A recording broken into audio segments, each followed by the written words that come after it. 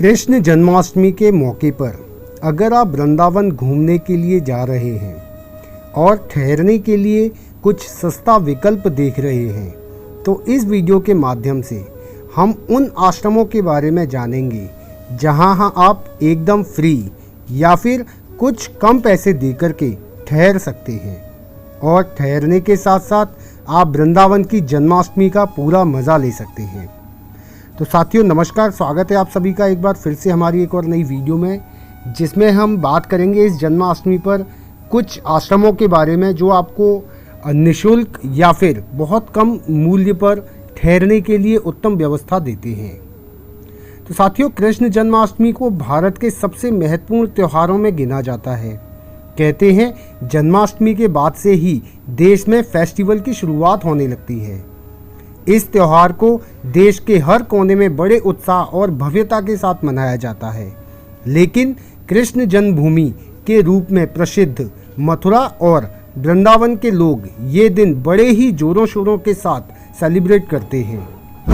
अगर आप भी इस खास मौके पर वृंदावन जाने का प्लान बना रहे हैं और 1 से 2 दिन आराम से रुककर इस त्योहार का मज़ा लेना चाहते हैं तो अभी से बुकिंग करना चालू कर दें।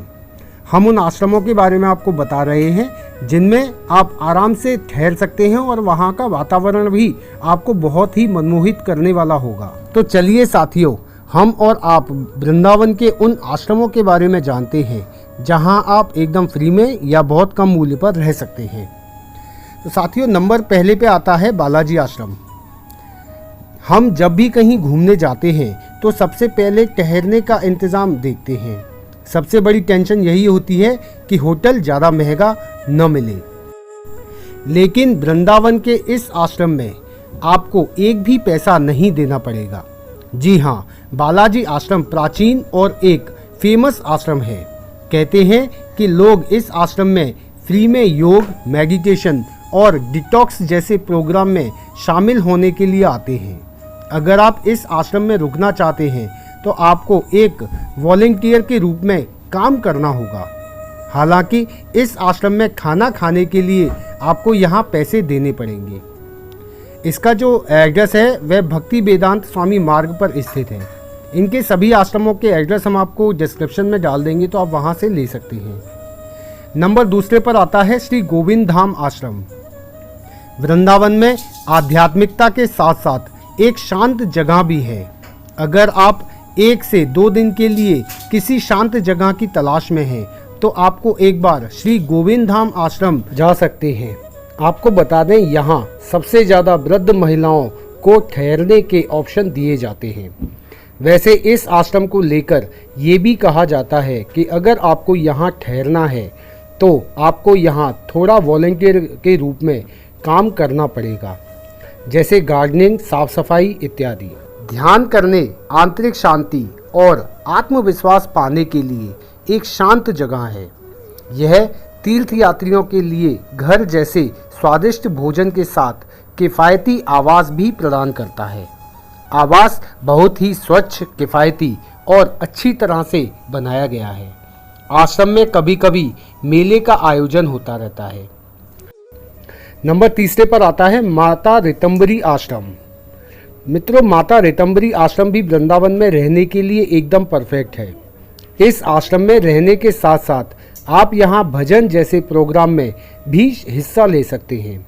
इसके अलावा यहाँ कई और अन्य धार्मिक कार्यक्रम भी होते रहते हैं, जहाँ लोगों की अच्छी खासी भीड़ देखने को मिल जाती है।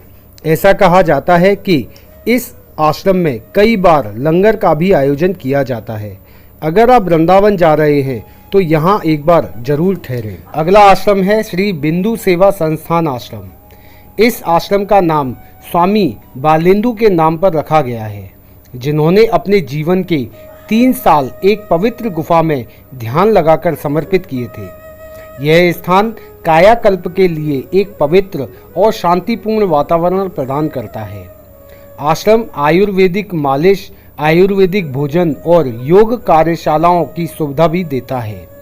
पूरी जगह से हरियाली और सुंदर फूलों से घिरी हुई है और आगंतुकों को आराम करने और मन की शांति पाने के लिए एक शांत वातावरण देती है। अगला नंबर आता है मित्रों न्यू फोगला आश्रम।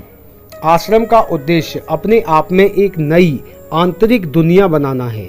यह आश्रम समय के साथ विकसित हुआ है और एक शांतिपूर्ण वातावरण की वजह से आगंतुकों को बहुत पसंद आता है। आश्रम में परोसा जाने वाला भोजन भी बेहद स्वादिष्ट होता है। यहाँ वैष्णव भोजन मिलता है। प्रतिदिन सुबह शाम महाभगवत कथा के पाठ के साथ मंत्र जाप होता है। अगला नंबर आता है मित्रों रघुनाथ आश्रम। वृंदावन में रघुनाथ आश्रम बहुत ही किफ़ायती होटल के साथ एक साफ सुथरा रेस्टोरेंट भी है। यहाँ पर आप बहुत ही किफ़ायती दामों पर ठहर सकते हैं और भोजन भी कर सकते हैं। नेक्स्ट आता है आनंद वृंदावन।